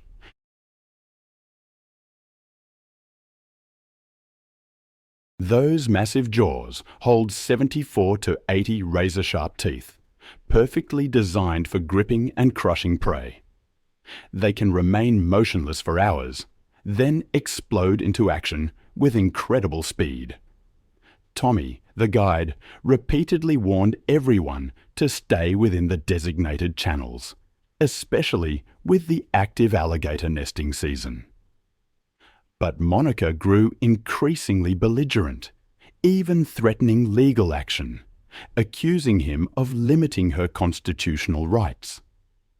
Despite his efforts to keep the group together, she broke away, paddling her kayak toward a clearly marked restricted lagoon. She was determined to explore, convinced she had every right as a tax-paying citizen. That restricted lagoon was a primary nesting area for a massive 12-foot bull alligator, a creature that had been aggressively defending its territory for 3 weeks. The 800-pound reptile had already driven off several smaller males. The presence of Monica's kayak immediately triggered its most aggressive instincts. The alligator detected the vibrations of her paddle strokes almost instantly. It had been resting motionless beneath the surface, perfectly camouflaged. Its attack was swift and devastating. The 800-pound predator launched itself from the water, its massive jaws clamping down on the front of her kayak. The impact capsized her instantly, throwing her into the murky water directly in front of the enraged reptile. As Monica struggled, disoriented and panicked, the alligator identified her as a threat.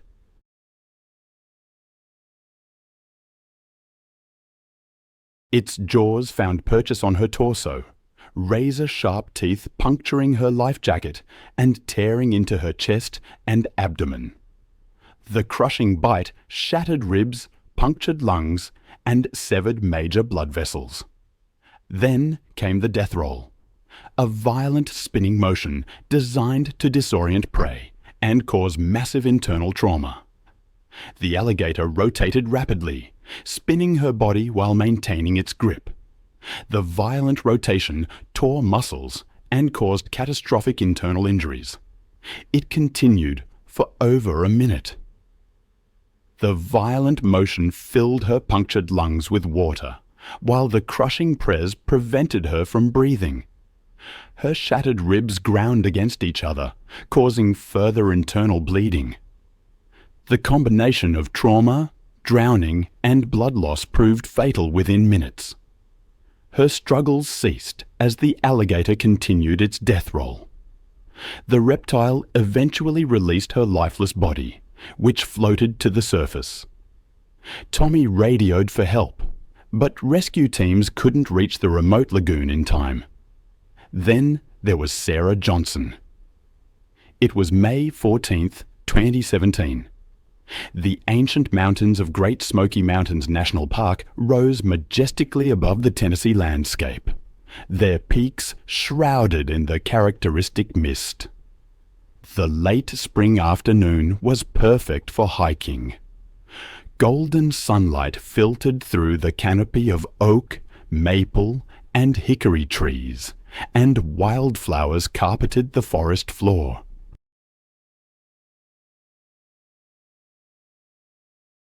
Sarah, a 29-year-old registered nurse from Atlanta, was enjoying a weekend hiking trip with her fiancé, Tom. They were exploring the park's extensive trail system and taking photos to commemorate their engagement. Sarah had always loved nature photography. Her medical background gave her a practical understanding of emergency situations, but her experience with dangerous wildlife was limited. She had been hiking throughout the Southeast for over 5 years, building her confidence and wilderness skills through countless weekend adventures with Tom. She worked long shifts at Grady Hospital's emergency department, and these mountain getaways provided essential stress relief from her demanding career-saving lives in one of Atlanta's busiest trauma centers. That afternoon, they were hiking through a remote alpine meadow when they discovered something extraordinary: 2 black bear cubs playing in the tall grass, their mother nowhere to be seen. Sarah immediately recognized this as a once-in-a-lifetime photo opportunity. Black bears are North America's most common bear species, but I've learned that a mother bear with cubs becomes exponentially more aggressive and territorial than a solitary bear. They will attack without warning to defend their young, viewing any human presence as a mortal threat. I've read accounts of their incredible strength and speed, capable of running up to 30 zodis through dense forest.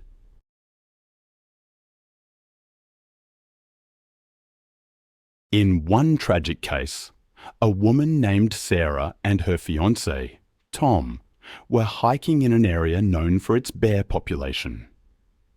This was meant to be an opportunity that would create incredible memories of their engagement trip. Sarah began photographing some adorable cubs from what she believed was a safe distance. But her excitement at capturing such rare footage led her to gradually move closer for better shots. Tom repeatedly urged her to maintain distance and leave the area, but Sarah was convinced that the mother bear was not nearby. The cubs continued their playful behavior, wrestling and tumbling through the meadow grass, while Sarah documented their every move. Her photography session continued for nearly 10 minutes, as she captured dozens of images. Sarah's fatal mistake, as I understand it, was positioning herself between the cubs and their natural escape route to the forest edge. As she moved to get a better angle for her shots, she unknowingly blocked the path the cubs would take to reach safety if threatened. This triggered the protective instincts of their mother, who had been watching from the tree line. The mother bear's charge from the forest was swift and terrifying. The 200-pound female covered the distance to Sarah's position in seconds, her powerful legs propelling her massive frame with surprising speed. Her territorial fury focused entirely on eliminating the perceived threat to her cubs.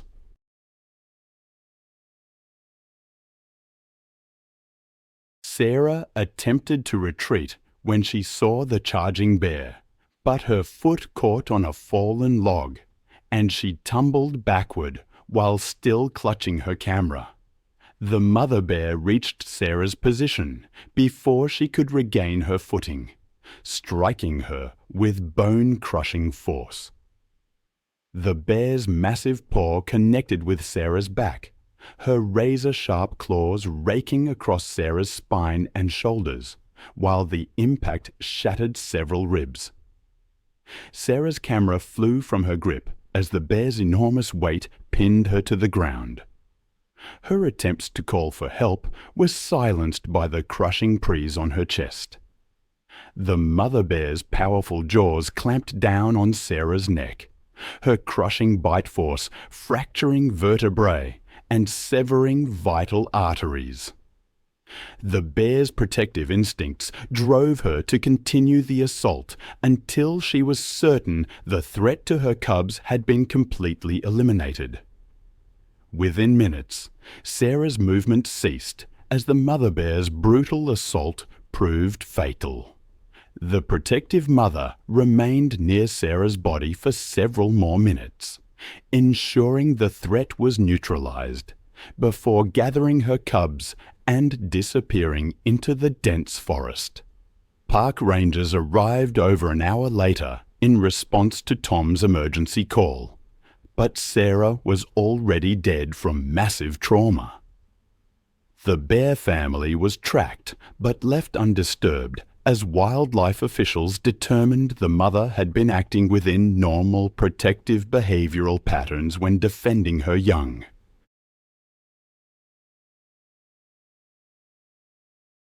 Sarah's death devastated the hiking community and prompted enhanced educational programs about wildlife safety and proper distance protocols.